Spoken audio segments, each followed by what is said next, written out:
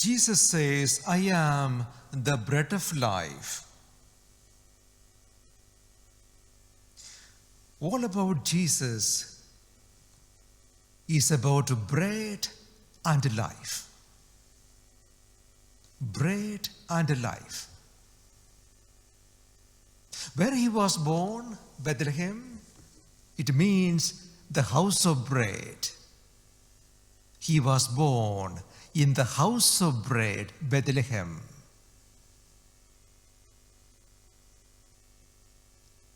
Is it just about this Holy Eucharist we are talking about when we say Jesus is the bread of life?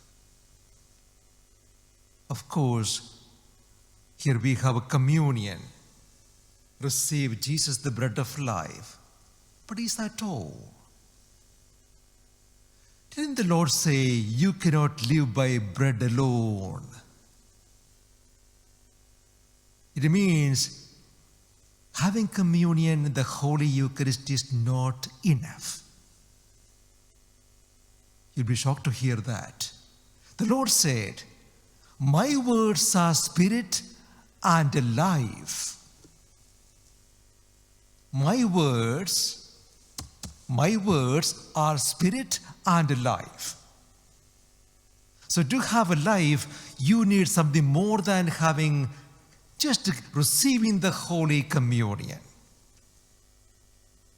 It means listening to the Word of God, receiving the Word of God, and living the Word of God, and hanging on, holding on to the Word of God.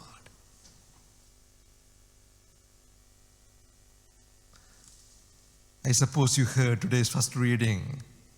Somebody, a foreigner, an Ethiopian official, not a Jew, a foreigner, hungry for God. He was hungry. And Philip, the Spirit of God sends Philip to this Ethiopian, this foreigner. And Philip asked him, do you understand what you are reading? Do you understand what you are reading? A good question to ask yourself and myself. Do you understand what you are hearing? Do you understand what you are reading? Or like the Ethiopian official, are you really hungry? And the Ethiopian said, how can I understand unless somebody guides me?